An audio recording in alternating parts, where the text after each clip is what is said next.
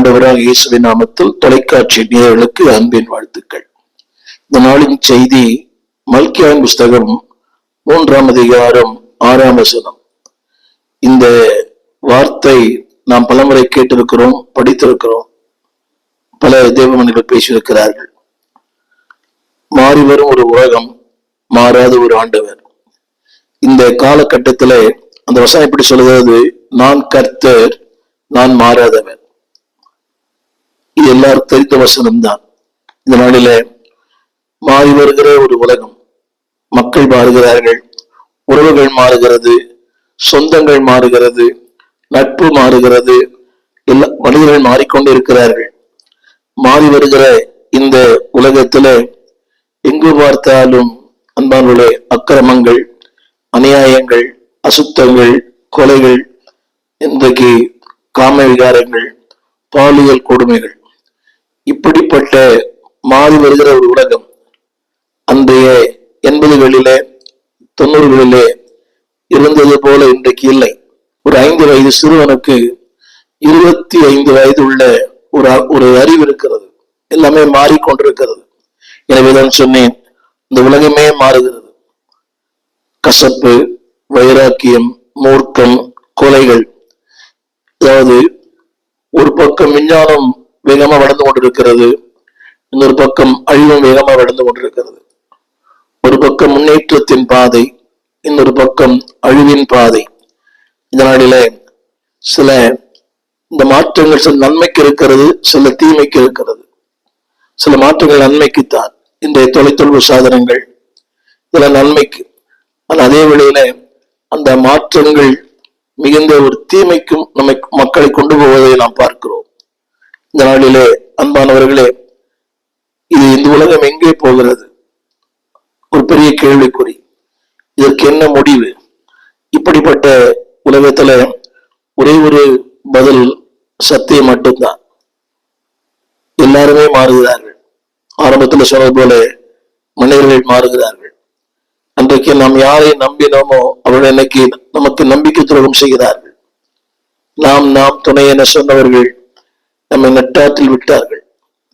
இனிக்க பேசுகிற உலகம், ஆனால் அதே உலகம் இன்றைக்கு நம்மை வெறுக்கிறது. இந்த திருமணங்கள்ல கூட பாருங்களேன், அன்றைக்கு அவன் சொன்னான், நீ இல்லாமல் நான் இல்லை. இன்றைக்கு ஒன்று நீ இருக்கணும், இல்லை நான் இருக்கணும். அன்றைக்கு உன்னை பார்க்காம தூக்கம் வரல அப்படின்னு சொன்னான். இன்னைக்கு உன்னை பார்த்தா எனக்கு வாந்தி வருதுன்னு சொல்றான். இப்படிப்பட்ட காலகட்டத்தில் எல்லாமே மாறி வருகிறது. அன்பு மாறுகிறது, நட்பு மாறுகிறது, உறவுகள் மாறுகிறது, எல்லாமே மாறுகிறது. இப்படிப்பட்ட நிலையற்ற ஒரு உலகத்துல நாம் வாழ்கிறோம். இதற்கு ஒரே ஒரு நிலையான ஒருவர் ஆண்டவர் மட்டும்தான். எனவேதான் அவர் சொன்னார், நான் கர்த்தர். அவருடைய கருப்பொருள் என்னவென்றால், என்னென்றைக்கும், நேற்றும் இன்றும் நாளை என்று மாறாதவர். இத்தனை பேர் ஆக்கியோர் சொல்லுகிறார், இயேசு கிறிஸ்து நேற்றும் இன்றும் என்று மாறாதவர். என் அன்பு பிள்ளைகளே, உங்களுக்கு அனுபவம் தெரியும். எத்தனையோ மனிதர்கள் மாறிவிட்டார்கள். என் ஊழியர்கள் கூட தங்களுடைய ஒரு காலத்துல அவர்கள் பேசின சத்தியம் இன்றைக்கு வாழ்கிற வாழ்க்கை. ஒரு காலத்துல அவர்கள் அடிந்த உடைகள், இன்றைக்கு அவர்கள் அடிந்திருக்கிற உடைகள். ஒரு காலத்தில் அவள் பேசின சத்தியங்கள், இன்றைக்கு அவள் பேசுகிற சத்தியங்கள் எல்லாமே மாறிக்கொண்டிருக்கிறது. இப்படிப்பட்ட காலகட்டத்துல நீங்களும் நானும் வாழ்கிறோம். அது ஒன்று தெரியும், அழைத்தவர் மாறாதவர். ஒரு நாளும் அவர் மாறுவதில்லை. என்னுடைய ஒரு சில குறிப்புகளை நான் உங்களுக்கு வேகமாக சொல்ல விரும்புகிறேன். அதை ஆங்கிலத்திலும் தமிழிலும் உங்களோடு நான் பகிர்ந்து கொள்ள விரும்புகிறேன். God is immutable. God is immutable. தேவன் அதாவது மாறாத தன்மை உடையவர். அவருடைய தன்மைகள் மாறுவதில்லை. உங்கள் தன்மை, என்னுடைய தன்மை மாறி போகிறது. அடிக்கடி நாம் மாறி விடுகிறோம். ஆனால் தேவன் ஒரு நாளும் மாறாதவர். அவர் மறவாதவர் மட்டுமல்ல, மாறாதவர். திரையில பாருங்கள், God is immutable. அவனுடைய கருத்து என்னவென்றால், அவருடைய தன்மைகள் மாறுவதே இல்லை. நாம் நிமிடத்திற்கு நிமிடம் மாறிக்கொண்டிருக்கிறோம். நேற்று இருந்தது போல என்று இல்லை, இன்று இருப்பது போல நாளை இல்லை. ஆவிக்குரிய வாழ்க்கையில கூட ஒரு நாள் உன்னதத்திற்கு போகிறோம், ஒரு நாள் பள்ளத்தாக்குக்கு போகிறோம். ஒரு நாள் ஆவியிலே நிறைந்து குதிக்கிறோம், அடுத்த நாள் தலை குனிந்து ஒரு ஆராதனை பார்க்கிறோமே.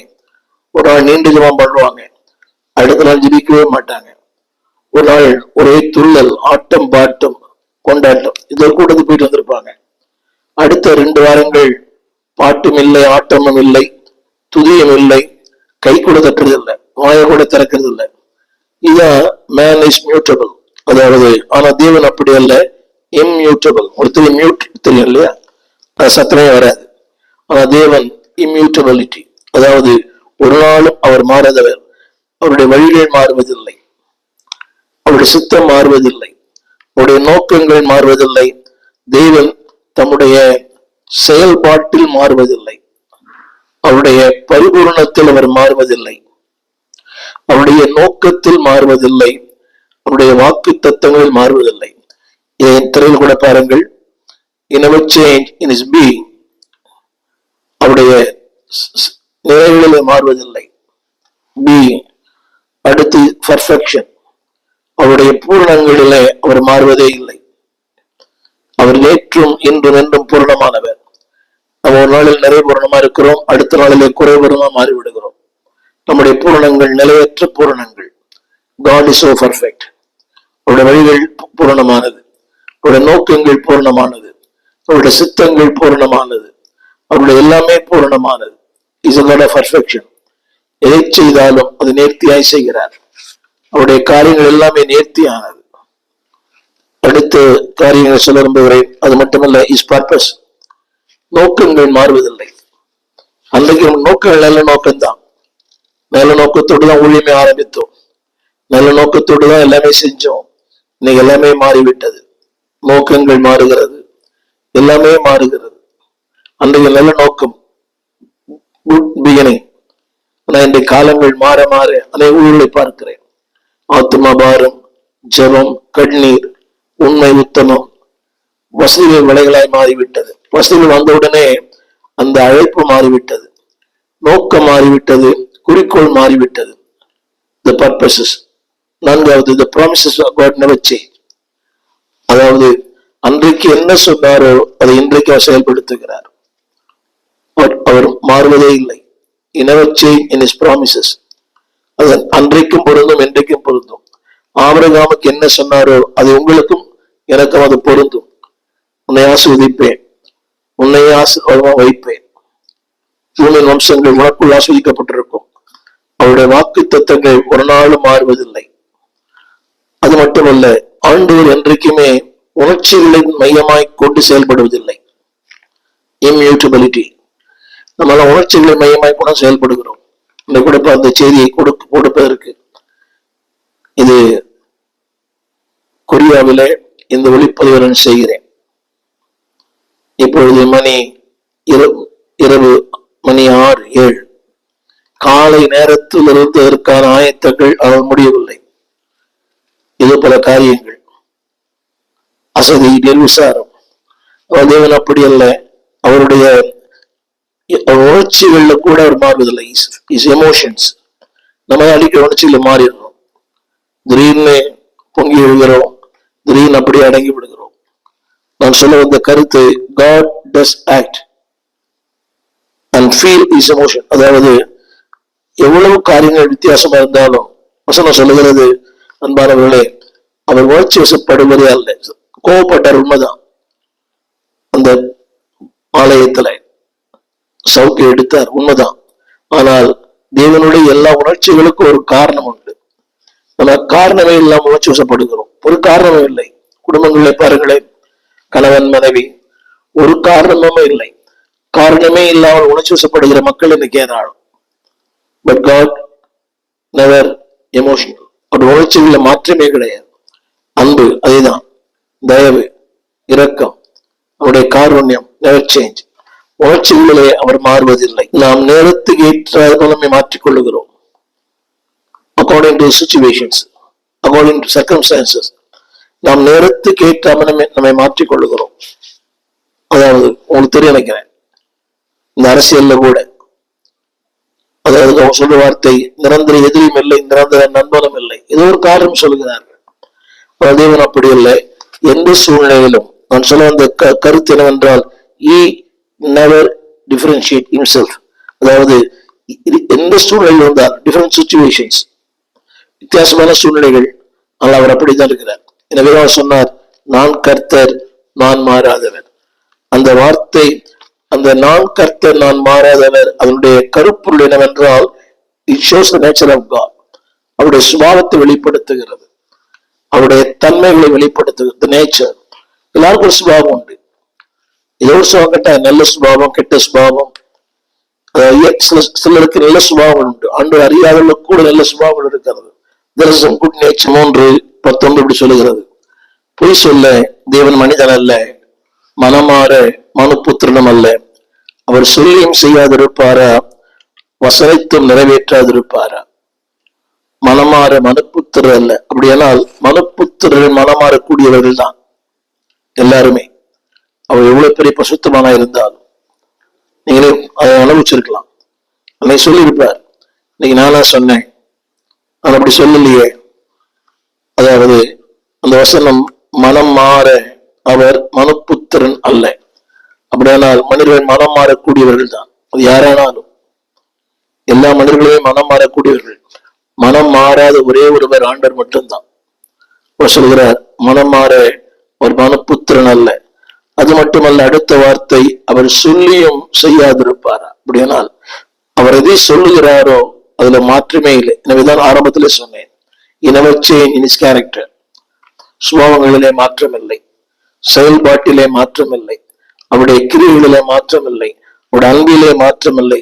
அது மட்டுமல்ல, அவர் வசனைத்தும் நிறைவேற்றாதிருப்பாரா? இன்னைக்கு அரசியல்வாதிகள் 1000 பொய்களை சொல்லுகிறார்கள், அள்ளி வீசுகிறார்கள், புத்தக வடிவிலே கூட கொடுக்கிறாங்க. இதை அதை செய்வோம், அடுத்து அவர்கள் மறந்து போகிறார்கள். இங்கேதான் கர்த்தர் சொல்லுகிறார், நான் கர்த்தர், நான் மாறாதவர். இங்கே அன்பானோட, இந்த உலகத்திலே எதுவுமே நிரந்தரம் அல்ல. மனித நிரந்தரம் அல்ல, வாழ்க்கை நிரந்தரம் அல்ல, சூழ்நிலை நிரந்தரம் அல்ல, எதுவுமே நிரந்தரம் அல்ல. நிரந்தரமற்ற உலகத்தில் அவர் ஒருவர் தான் நிரந்தரம். எனவேதான் சொன்னார், நான் மாறாதவர். அந்த இன்னொரு அர்த்தம் என்ன? நிரந்தரமானவர், நித்தியமானவர். இந்த நாளிலே என்னை கேட்டுக்கொண்டிருக்கிற அன்பான தேவ பிள்ளைகளே, நிரந்தரமான தேவனை பற்றி கொண்டிருக்கிற நீங்கள் நானும் பாக்கியவான்கள். திரும்ப சொல்கிறேன், எதுவுமே நிரந்தரம் அல்ல. ஒரு பாடல் தெரியும், நிரந்தரம் நிரந்தரம் நீரே நிரந்தரம். அவர் ஒருவர் மட்டுமே நம்முடைய வாழ்க்கையில் நிரந்தரம். எனவேதான் அந்த வசனம் சொல்கிறது, அவர் மனமாற பொய் சொல்ல. அதாவது எதுக்கு பொய் சொல்றேன்னா, என்னை நான் காப்பாற்றிக் கொள்ள, என்னை தப்பித்துக் கொள்ள, நான் நீதிபரர் என்பதை நிலைநாட்ட. அது அவருக்கு அவசியமே இல்லை. அவர் நீதிபரர் தான், அவர் தன்னை காப்பாற்றிக் கொள்ள வேண்டிய அவசியமே இல்லை.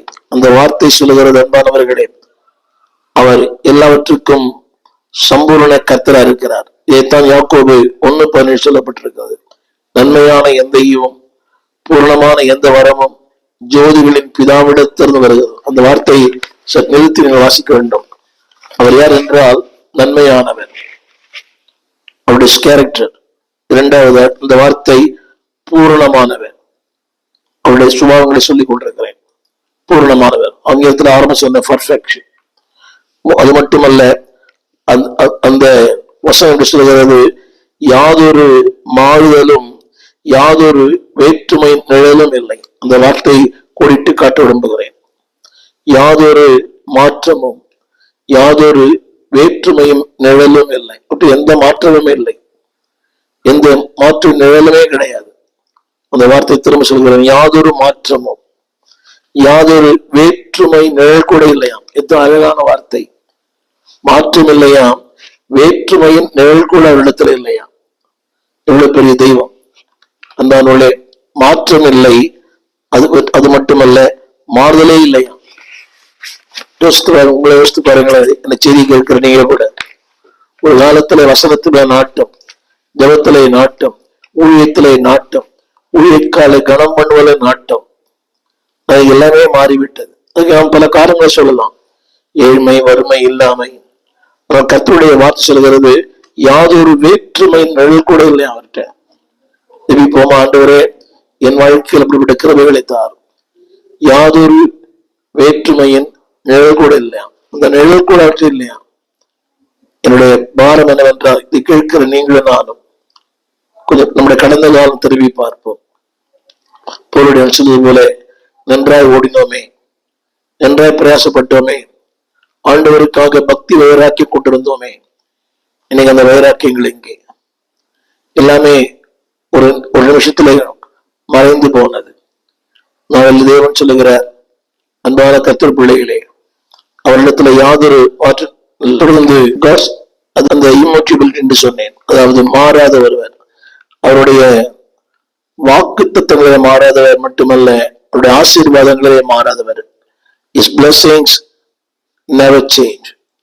கவனிங்கள், ஒன்று சொல்லியிருப்பாரா? இத்தனை ஆரம்பத்திலே சொன்னேன், ஆரம்பத்தில் ஒன்று வாக்கு பண்ணியிருப்பாரானால் நிச்சயமாய் சிறுஜனங்கள் எவ்வளவு தவறுகளை செய்தார்கள், முறுமுறுத்தார்கள், அவர்கள் தேவன் தூஷித்தார்கள், நிந்தித்தார்கள், தேவ மனிதனை கல்லெறிந்தார்கள். ஆனாலும் தேவனுடைய வாக்கு தத்தங்கள், ஒரு ஆசீர்வாதங்கள் மாறவில்லை. எனவேதான் பார்க்கிறோம், உன் வல்லமைகள் குறைந்து போகவில்லை. வல்லமைகள் மட்டுமல்ல, ஒரு அற்புதங்கள் குறைந்து போகவில்லை, ஒரு ஆசீர்வாதங்கள் குறைந்து போகவில்லை. எனவேதான் அந்த வசனத்தை சொன்னேன், அவரிடத்துல யாதொரு வேற்றுமை நிழல் கூட இல்லை. நம்மிடத்தில் ஏராளமான வேற்றுமை, நம்முடைய நடையில வேற்றுமை, உடையில வேற்றுமை, பேச்சில வேற்றுமை, ஒரு காலத்தில் உள்ள தாழ்மை, எவ்வளவு எளிமை, எவ்வளவு உண்மை. இடத்துல பல ஊழியர்கள் பயிற்சி பெற்றார்கள். நூற்றுக்கணக்கான ஊழியர்களை பயிற்சி வைத்திருக்கிறேன். அது பெருமை ஒன்றும் இல்லை, அது ஒரு வாய்ப்பு. நூற்றுக்கணக்கான ஊழியர்களை பயிற்சி வைத்திருக்கிறேன். ஆரம்பத்தில் ரொம்ப எளிமை, ரொம்ப தாழ்மை. ஐயா கொஞ்ச நாள் பொறுத்து போயா, கொஞ்சம் வளர்ச்சி. புரியா உங்களுக்கு? பல இடங்களை பார்த்திருக்கிறேன். நான் ஒரு இயற்கை தலைவராக இருக்கிறேன். என்னுடைய கிளை சபைகளுக்கு போகிறேன். என்னுடைய இளமும் ஊழியர் அவர், வயதில இளமை, அனுபவங்களும் கூட இல்லை. ஆனா அவர் ஆசீர்வாதம் போடுறார், அவரே அந்த ஆசீர்வாதத்தை போடுறார். இது என்ன தெரியுது தெரிஞ்சா, அன்னைக்கு இருந்த அந்த பயம் பக்தி என்னுடைய திருச்சபையில என்னை விட மூத்த ஒரு ஊழியர் வரும்போது அவர்லாம் அந்த ஆசீர்வாதத்தை போடுறது, ஆசீர்வாதம் சொல்றது இல்லை, அவரைத்தான் சொல்ல வைப்பேன். அவர் வயதிலே மூத்தவர், அனுபவங்களிலே மூத்தவர். அவர் சொல்லுகிற வார்த்தை வேற, நான் சொல்ற வார்த்தை வேற. நான் சொல்லுகிற வார்த்தை, அதாவது மேன் கேன் சேஞ்ச், மியூட்டபிள், மாறி வருகிற ஒரு உலகம். அதுதான் ஆங்கிலத்துல அந்த வேரியேஷன்ஸ், நிறைய வேரியேஷன்ஸ் இருக்குது. இதை சொல்லும்போது நீங்கள் இளவுல இருந்தீங்கன்னா சேஞ்ச் யுவர் செல்ஃப். உங்களோட வயதுல மூத்தலை கனம் பண்ணுங்க, அவரோட அபிஷேகத்தை கனம் பண்ணுங்க, அவரோட அனுபவங்களை கனம் பண்ணுங்க. ஒருவேளை ஏழ்மையான ஊழியராக இருக்கலாம், பரவாயில்லை. ஆனால் உங்களை விட நீண்ட கால அனுபவம் உள்ளவர், தேவனோடு நடக்கிறவர், தேவனோடு வாழ்கிறவர். So respect is anointing. அவரோட அபிஷேகத்தை கனம் பண்ணுங்க, அவருடைய ஊழியத்தை கனம் பண்ணுங்க. தேவன் நடக்கிறாரே அவரை கனம் பண்ணுங்க. இன்னைக்கு உங்களுக்கு வரங்கள் இருக்கலாம். இந்த இளைஞர்கள ஊழியர்களை பார்க்கிறோம், அவர்களுக்கு நன்றி சொல்லுகிறோம். கேள்வி பெற்றவர்கள், விடுதலை ஊழியத்துல பயன்படுத்தப்படுகிறவர்கள், அற்புத அடையாளங்கள் செய்கிறவர்களா இருக்கிறாங்க. That's good. அதே வேளையில அன்பானவர்களே, உடைய மூத்த தேவ மனிதர்களை கனம் பண்ணுங்கள். நான் சொல்ல வந்த வார்த்தை என்னவென்றால், தேவனுடைய ஆசீர்வாதங்கள் ஒரு நாளும் மாறாது. அப்படி மாறுன்னு சொன்னா அதுக்கு நீங்க தான் காரணம். His blessings never change. அதெல்லாம் சில பேர் நீங்க பாத்தீங்கன்னா தெரியும், நமக்கு பார்த்தா எவ்வளவு பாவம் பண்றாரு, அசுத்தமான வாழ்க்கை, அக்கிரமமான வாழ்க்கை, கொஞ்சம் கூட பசுத்தமே இல்லை. I have noticed very closely. சனிக்கிழமை வரைக்கும் அவருக்கும் ஆண்டு சம்பந்தமே இல்லை. வேதத்தை படிப்பதில் என்னோட பயணம் பண்ணுகிறார், சனிக்கிழமை வரைக்கும் அவர் வேதத்தை பிரிச்சு கூட பார்க்க மாட்டார். அவருக்கு சம்பந்தமே இல்லை. சனிக்கிழமை வரைக்கும் உலகம்தான்.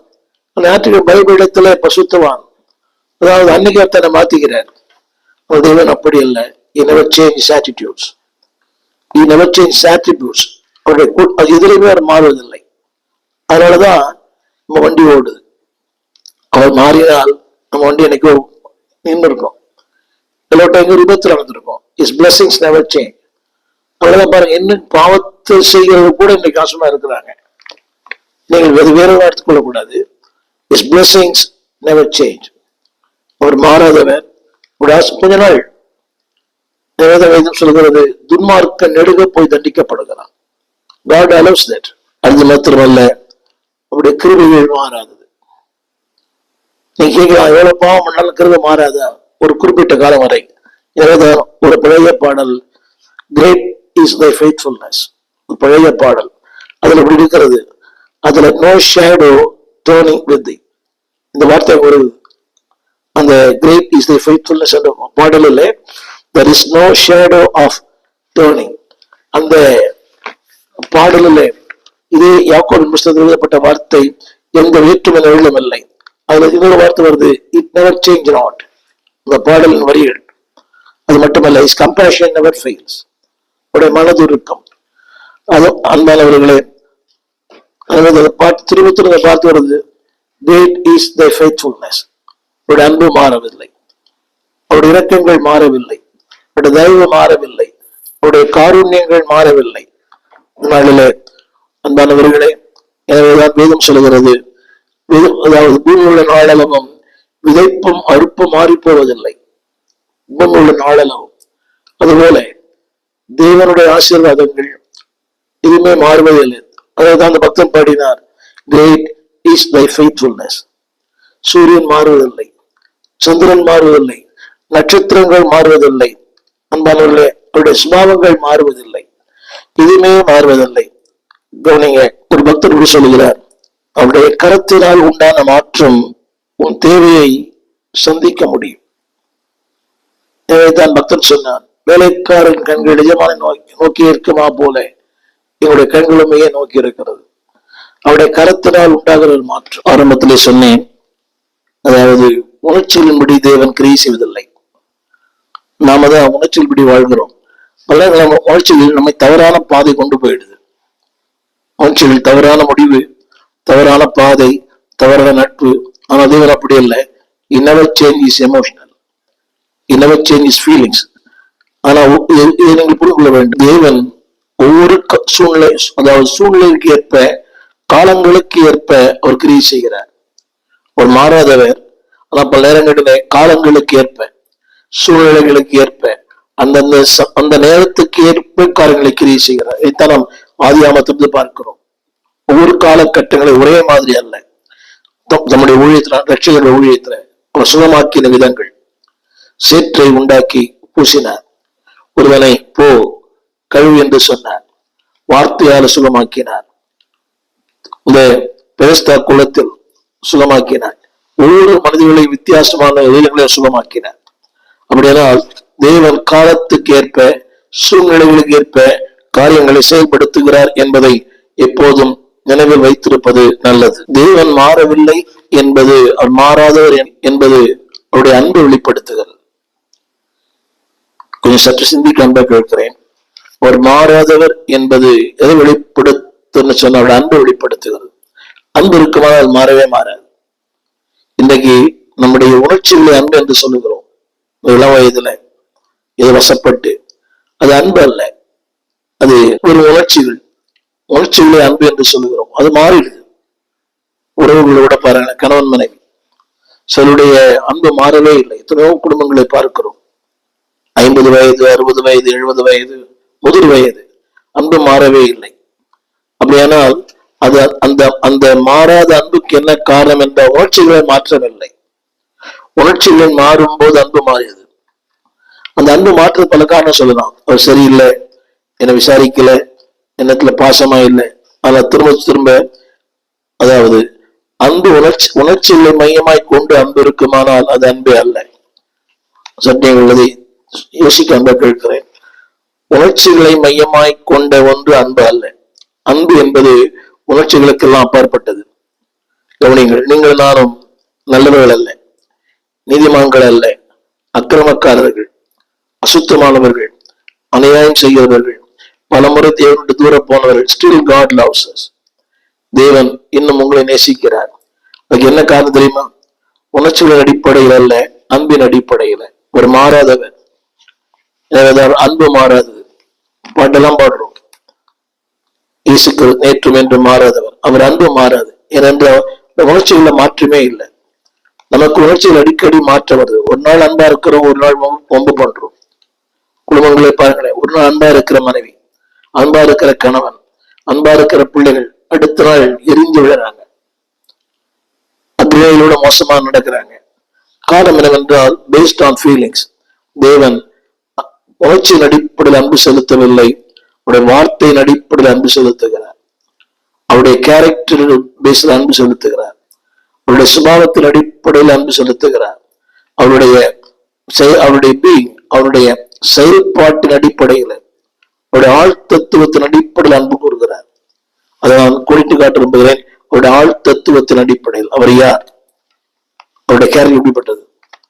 சர்வ வல்லவர், சர்வஞானி, சர்வவியாபி, never change. அதனால்தான் பக்தன் சொன்னார், அவர் சொன்னார், நான் கர்த்தர், நான் மாறாதவர். அவர் அடுத்த குறிப்பு, தேவன் நமது ஜீவனின் அதிபதி. Is the control, is the source of our life. அவர் இல்லை என்றால் நாம் இல்லை. நீங்க சொல்ல வந்த வார்த்தை என்னவென்றால், எப்படியும் ஒரு கர்த்தர் மாறாதவர். நம்முடைய ஒவ்வொரு வளர்ச்சியிலும், ஒவ்வொரு காலகட்டங்களிலும் தேவனுடைய பங்கு மகா பெரிது என்பதை மறந்து போகக்கூடாது. அதை ஒரு முறையாக சொல்ல விரும்புகிறேன். அதை நீங்கள் திரையில் கூட பார்க்கலாம். முடிந்தால் மனதிலே அதை பதிய வையுங்கள், எழுதி கொள்ளுங்கள். உங்களுடைய வாழ்வின் ஒவ்வொரு வளர்ச்சியிலும், ஒவ்வொரு காலகட்டங்களிலும் தேவனுடைய பங்கு மகா பெரிது. அதை மக்கள் நினைக்கிறதே இல்லை. ஏதோ என் பலன், என் படிப்பு, என் அறிவு, என் ஜபம் இல்லை. என் பரிசுத்தம், என் நீதி அழுக்கான கந்தை, என் நீதி நியாயங்கள், என் பரிசுத்தம் ஒன்றுமே இல்லை. அந்த வார்த்தையில் நான் உங்களுக்கு சொல்ல விரும்புகிறேன். உடைய வாழ்வின் ஒவ்வொரு வளர்ச்சியிலும், ஒவ்வொரு காலகட்டங்களிலும் தேவனுடைய பங்கு மகா பெரியது என்பதை நீங்கள் மறந்து போக வேண்டாம். கவனிங்கள். அவர் சில நேரங்களிலே அதை நான் மறந்து போயிடுறோம். அவர் யாரா இருக்கிறார், நான் யாரா இருக்கிறேன் என்று மறந்து போற சொல்றார். நான் கர்த்தர். தேவன் யாரா இருக்கிறார், அதாவது அது மட்டுமல்ல, எப்படியெல்லாம் என் வாழ்க்கையில கிரியை செய்கிறார், அவர் யாரா இருக்கிறார். இன்றைக்கு நீங்கள் நான் இந்த நிலையில் இருப்பதற்கு காரணமே அவர்தான்.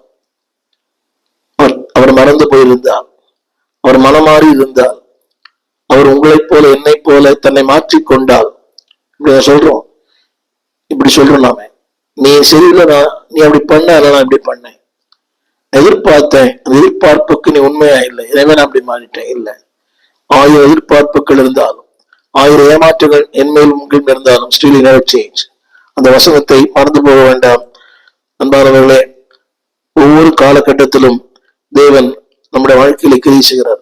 அதாவது யாருக்கு பங்கு இருக்கிறதோ இல்லையோ அவருக்கு மிகப்பெரிய பங்கு. He played a very important role in you and me.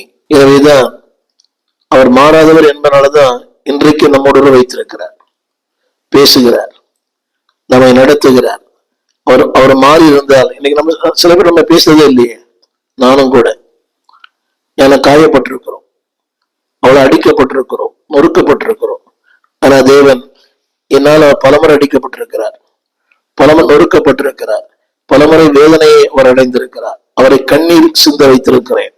In spite of all these things, still he loves me. அவரை மனமோக செய்திருக்கிறேன், அவரை காயப்படுத்திருக்கிறேன், அவரை குற்றப்படுத்திருக்கிறேன்.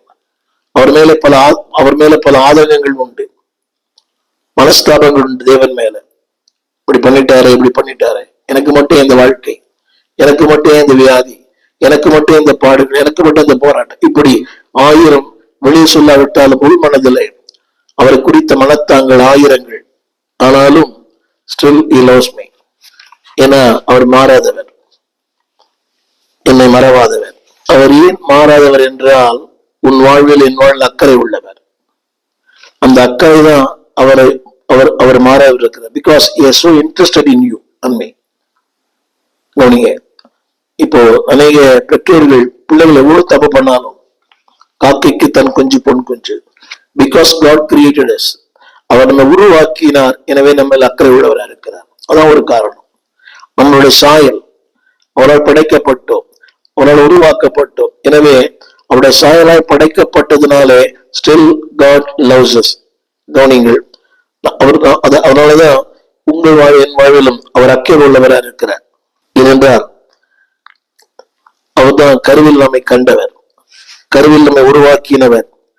Is the author of life. நம்முடைய வாழ்வின் ஆதாரமே அவர்தான்.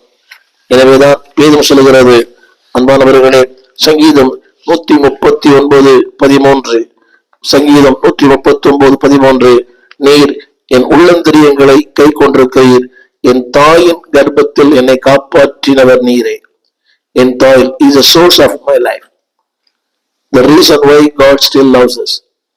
தேவன் ஏன் இன்னும் நேசிக்கிறார், இன்னும் ஏன் நம்ம அக்கறை உள்ளவர் இருக்கிறார்? காரணம், தாயின் கர்ப்பத்திலே நம்மை கண்டவர், உருவாக்கினவர், காப்பாற்றினவர். எனவேதான் சங்கீதக்காரன் 139:14 இப்படி சொல்லுகிறார், நான் பிரமிக்கத்தக்க விதமாக உண்டாக்கப்பட்டபடியினால் உம்மை துதிப்பேன், உம்முடைய கிரியைகள் அதிசயமானவைகள், அது என் ஆத்துமாவுக்கு நன்றாய் தெரியும். பக்தன் சொல்லுவார், என் ஆத்துமாவுக்கு நன்றாய் தெரியும். நிறைய பேர் they forget தேவ கிரியைகள், தேவ நடத்துதல். என்னை நடத்தினார், அவர் நல்லவர், இப்படி நடத்தினார். கொஞ்சம் யோசித்து பாருங்களேன் அன்பான தேவ பிள்ளைகளே. இந்த சென்னை பட்டணத்துக்கு வந்து எப்படி, சென்னை பட்டணத்தில் எப்படியா வந்தியர்கள், இன்னைக்கு எப்படியா இருக்கிறீர்கள்? யாராய் வந்தியர்கள், இன்னைக்கு யாராய் இருக்கிறீர்கள்? கொஞ்சம் யோசித்து பாருங்க. தேவன் சொல்லுகிறார், பிரமிக்கத்தக்க அதிசயமாய் நடத்தி இருக்கிறார். ஒரு மாறாதவர். அது மட்டுமல்ல, அது மட்டும் 2 பேரும் சொல்லுகிறேன், பிரமிக்கத்தக்க அதிசயமான. அது 2 வார்த்தை வருது. பிரமிக்கத்தக்க, ஆச்சரியப்படத்தக்க அளவுக்கு அதிசயமான. அன்பானவர்களே, பக்தன் சொல்கிறார், எனக்கு நன்றாய் தெரியும். The reason why still God loves you. ஏன் தெரியுமா? 139:15 நாம் ஒளிப்பிடத்தில் உண்டாக்கப்பட்டோம், பூமியின் தாழ்விடங்களிலே விசித்திர உருவாக்கப்பட்ட போதும் என் எலும்புகள் உமக்கு மறைவாய் இருக்கவில்லை. எல்லாம் தெரிந்த வசனம், என் கருவம் கண்கள் கண்டது, என் அவயவங்களில் ஒன்றும் இல்லாத போதே. அதை சற்று நான் கூடிட்டு பேச விரும்புகிறேன். ஒன்றும் இல்லாத போது, ஊழியம் இல்லை, குடும்பம் இல்லை, வாழ்க்கை இல்லை, வசதி இல்லை, முகவரி இல்லை, நோ பொசிஷன், நோ பொசிஷன், ஒன்றுமே இல்லை. வேதம் சொல்வது இல்லாத போதே. இன்னைக்கு உங்களை என்னை சுற்றி இருக்கிற உலகம் இருப்பதனால வந்த உலகம். பானையில சோர்ந்த பூனைகள்லாம் வரும். இல்லாத போதே என்னை அவர் கண்டார். இல்லாத போது, இன்னைக்கு இல்லாத போது யாருமே பார்க்கறது இல்லையே. அண்ணன் என்னடா, தம்பி என்னடா, அவசரமான உலகத்துல ஆசை கொள்வதில் அர்த்தம் இல்லையே, அர்த்தமே இல்லை இன்னைக்கு. ஆனால் இல்லாத போதே என்னை கண்டார். இன்னைக்கு உங்களை ஜனங்க பார்க்கறாங்கன்னா there is some reason. ஜனங்க அன்னைக்கு யோசிப்பது யாருமே வரல. கர்த்தர் யோசிப்பு உயர்த்தினார். ஈத்தின் களஞ்சியங்களை திறக்கிறவனாய் கர்த்தர் மாற்றினார். அவருடைய குடும்பமே அவரிடத்துல வந்தது. எந்த குடும்பம் உதறி போட்டதோ, எந்த சகோதரர்கள் குழியிலே போட்டார்களோ, அதே சகோதரர்கள் வரிசையில் இருக்கிறார்கள் தானியம் கொள்ளும்படிக்காக. வேதம் சொல்லுவதை, அவர் இந்த உலகம் இருக்கிறதை பார்க்கிறது, அவர் இல்லாத போது என்னை பார்த்தார். என்னை கேட்டுக்கொண்டிருக்கிற அன்புடைய பிள்ளைகளே, அதுல ஒரு வார்த்தை இருக்குது, அவருக்கு எதுவுமே மறைவா இருக்கவில்லை. எங்கள் விலாசம் போதகர் ஸ்டீஃபன் தேவகுமார், திறந்த வாசல் சபை, நம்பர் 65, பரமானந்த தெரு, 7 கிணறு, சென்னை 600001. தொடர்புக்கு 9841839287. மேலும் 0444318330. எங்கள் மின்னஞ்சல் stephenopendor@gmail.com. எங்கள் தேவ செய்திகளை யூடியூப் சேனலில் பார்த்து பயனடையுங்கள். தேவன் உங்களை ஆசீர்வதிப்பாராக.